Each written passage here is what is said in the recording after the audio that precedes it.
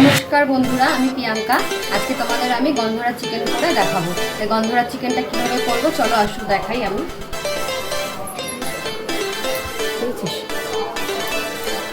প্রথমে এখানে আমি 2 চামচ মতন টক দই নেব। 2 চামচের একটু বেশি নিলাম, যতটা ছিল দিয়ে দিলাম। 1 চামচ মতন আদা বাটা দিলাম।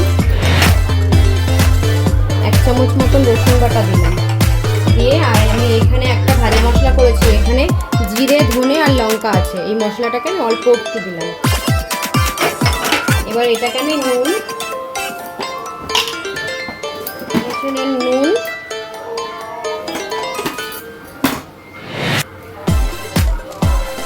এবার এটাকে আমি ভালো করে মাখিয়ে নেব। মাখিয়ে এটাকে আমি 10 মিনিট মতন রেস্টে রাখবো। বন্ধুরা, প্রথমে আমি তেল দিচ্ছি, বেশি তেল দেবো না এটা। বন্ধুরা, প্রথমে আমি এখানে 2টো দারচিনি আর কটা এলাচ আর লবঙ্গ আর 2টো শুকনো লঙ্কা এটা ফোড়নে দিয়ে দিলাম। এখানে আমি কিছুটা পেঁয়াজ বাটা দিয়ে দিচ্ছি। এটাকে ভালো করে তেলের সঙ্গে কষে নেব। এবার কিছুটা আমি রসুন বাটা এর মধ্যে দিয়ে দিচ্ছি।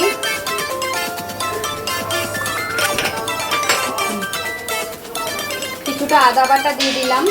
এবার আমি ভালো করে এটাকে ভেজে নেব। যতক্ষণ না কাঁচা গন্ধটা যাচ্ছে ততক্ষণ আমি ভেজে নেব। এবার আমি এখানে কিছুটা লঙ্কা পেস্ট করে রেখেছিলাম, সেটা দিয়ে দেবো। বেশি ঝাল দেব না। আমি কিছুটা টমেটো পেস্ট করে রেখেছি, এটা দিয়ে দিলাম। এবার ভালো করে এটাকে মিশিয়ে নেব। ম্যারিনেটের সময় আমি একটু নুন দিয়েছিলাম, তো আমি এখানে অল্পই নুন দেবো প্রথমে, কেন আমার কি আগে থাকতে মাংসতে লবণ দেওয়া রয়েছে, লাগলে আমি পরে দেবো। চিনি দেবো, যেহেতু টক দই দিয়েছি মাংসটাকে একটু টেস্ট আনার জন্য আমি একটু চিনি দিচ্ছি। মাংসটা ম্যারিনেট করে রেখেছিলাম, আমার 10 মিনিট মতন হয়ে গেছে।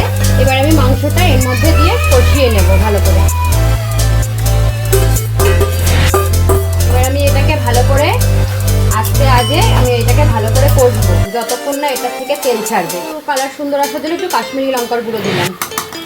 আস্তে একটু ঢেকে রাখবো। ঢেকে যতক্ষণ না তেল ছাড়ছে ততক্ষণ একটু সিদ্ধ করে নেব। তারপরে আমি এর মধ্যে এই পাশে গরম জল বসিয়েছি, ফুটানো গরম জল। এটা আমি যতটা পরিমাণ লাগবে ততটা দেব। আমার এটা তেল ছেড়ে গেছে বন্ধুরা। এবার আমি এর মধ্যে যে ভাজা মশলাটা করেছিলাম সেই ভাজা মশলাটা 1 চামচ মতন দিয়ে দিচ্ছি।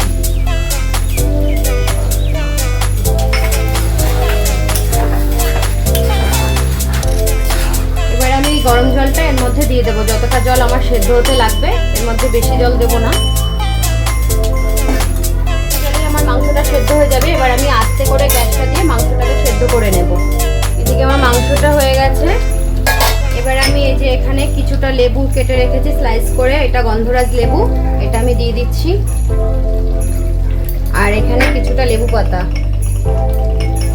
এই যে কিছুটা লেবু পাতা তুলেছিলাম, এটাকে ছিঁড়ে একটু হালকা মিশিয়ে আমি গিয়ে একটু ঢাকা দিয়ে বন্ধ করে দেব। আমার গন্ধরাজ চিকেন রেডি।